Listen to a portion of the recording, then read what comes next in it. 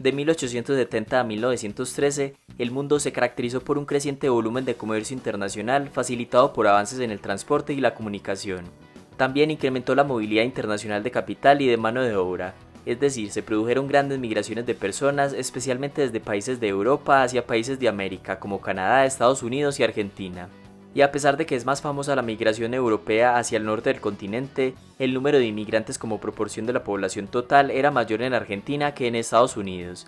Se estima que para 1914 casi el 30% de la población total de Argentina era extranjera, mientras que en Estados Unidos representaba el 14.5%, lo cual habla de la capacidad de Argentina para atraer inmigrantes. Las preguntas a abordar son: ¿por qué los europeos preferían migrar a Argentina por encima de otras decenas de opciones en todo el mundo? ¿Por qué algunos argentinos comenzaron a tener una imagen negativa de los inmigrantes? ¿Y en qué momento Argentina dejó de ser tan atractiva para los europeos? Hay varias razones que pueden explicar la masiva llegada de inmigrantes europeos a Argentina. La primera es la gran expansión económica que vivió el país en esa época, a finales del siglo XIX y principios del siglo XX. Las tasas de crecimiento económico llegaban al 6% anual, y el país recibía grandes cantidades de capital extranjero, especialmente de Inglaterra. Argentina era el líder mundial de producción de cereales y la pampa argentina era una de las regiones agrícolas más ricas del mundo. Además, era un país económicamente liberal y abierto al comercio. Para tener una idea del dinamismo económico que había alcanzado, en 1914, año en el que comenzó la Primera Guerra Mundial, Argentina tenía un PIB per cápita más alto que el de Alemania, Suecia, Italia, España y el de todos los países latinoamericanos.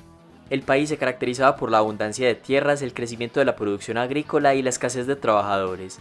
Y debido a esta necesidad de mano de obra, Argentina implementó una política inmigratoria muy flexible.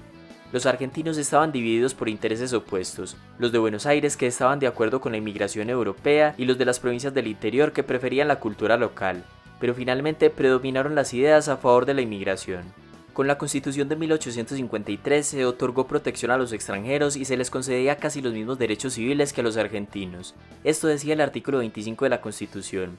El gobierno federal fomentará la inmigración europea y no podrá restringir, limitar ni gravar con impuesto alguno la entrada en el territorio argentino de los extranjeros que tengan por objeto labrar la tierra, mejorar industrias e introducir y enseñar las ciencias y las artes. Desde el gobierno había cierta preferencia por los inmigrantes europeos, sobre todo del norte de Europa, pero la inmigración desde esta zona no era muy común, de forma que el gobierno acogió a los inmigrantes del sur de Europa amablemente.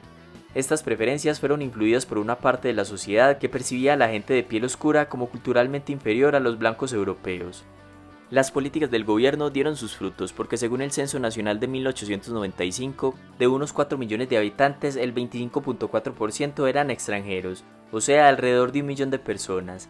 Este porcentaje de población extranjera en Argentina llegaría a un máximo de casi el 30% en 1914.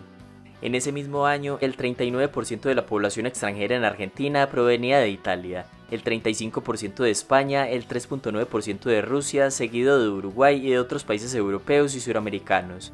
Aunque la mayoría de los italianos llegaría a trabajar en la agricultura, los que se instalaron en la ciudad de Buenos Aires trabajaban en fábricas, industrias y ferrocarriles. Los españoles a menudo procedían de una región del norte de España llamada Galicia, y por eso los argentinos llamaban gallegos a todos los españoles. Los rusos constituían el tercer grupo étnico importante que emigró a Argentina, y eran principalmente los judíos que escapaban de la persecución religiosa en el Imperio ruso. Otro grupo significativo de inmigrantes eran alemanes protestantes que fueron expulsados de Rusia y formaron pequeñas colonias agrícolas en diferentes provincias. Los sirios y los libaneses también llegaron a Argentina como consecuencia de la represión. Estos no se dedicaron a la agricultura sino a los negocios. También llegaron personas del continente asiático que se dedicaron al comercio. Los ingleses llegaron en menor cantidad, pero influyeron en un sector de la clase alta que trataba de imitar sus modas, deportes y cultura. Como resultado, el rugby, el tenis, el hockey, el polo y el fútbol llegarían de Inglaterra a Argentina. Entonces, por un lado, en Europa había restricciones a la libertad religiosa y pocas oportunidades de empleo.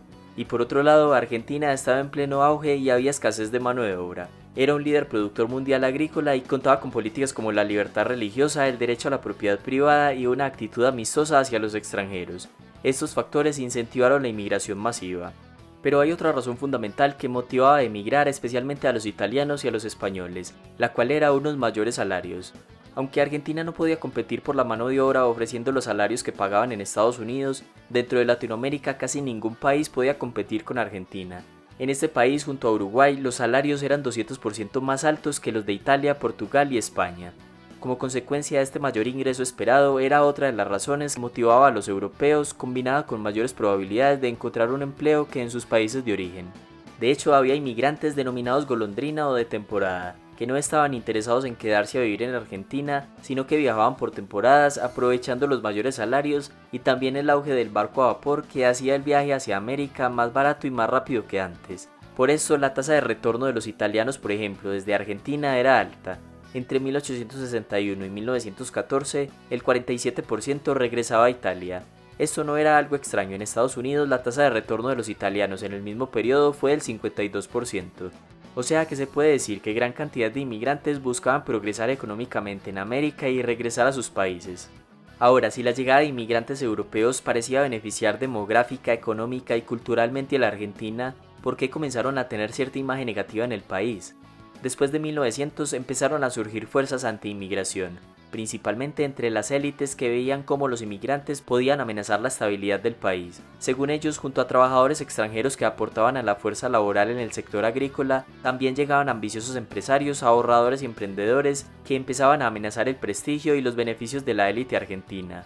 Los inmigrantes comenzaron a formar bancos, compañías de seguros y negocios de exportación e importación. Hacia 1914, los europeos poseían alrededor del 65% de la industria argentina. De modo que ese contexto de rápido ascenso, el afán de la riqueza de muchos inmigrantes y el hecho de que solo algunos llegaban a ganar dinero para devolverse a Europa, produjo una creciente reacción hostil frente a los extranjeros, y esa imagen de personas educadas y civilizadas comenzó a volverse negativa. En pocas palabras, les preocupaba que los inmigrantes excluyeran a todos los argentinos de ser empresarios. A pesar de esto y de las crisis económicas mundiales entre 1914 y 1929, los inmigrantes siguieron llegando a Argentina, aunque en menores proporciones que a principios del siglo. En 1947 la población extranjera todavía representaba un 15% del total, pero este porcentaje comenzó a disminuir progresivamente. Después de la Segunda Guerra Mundial hubo décadas de inestabilidad política y alternancia de gobiernos tanto militares como democráticos. Adicionalmente, la rápida recuperación económica europea después de la guerra desincentivó la migración a Argentina. Incluso en el país suramericano había persecución política, supresión de libertades civiles y académicas que provocó la fuga de intelectuales y profesionales argentinos hacia otros países. Para 1959, Italia había superado a Argentina en términos del PIB per cápita, y España lo sobrepasaría en 1976. En 1988, los salarios medios de España e Italia eran 3 y 4 veces superiores a los de Argentina.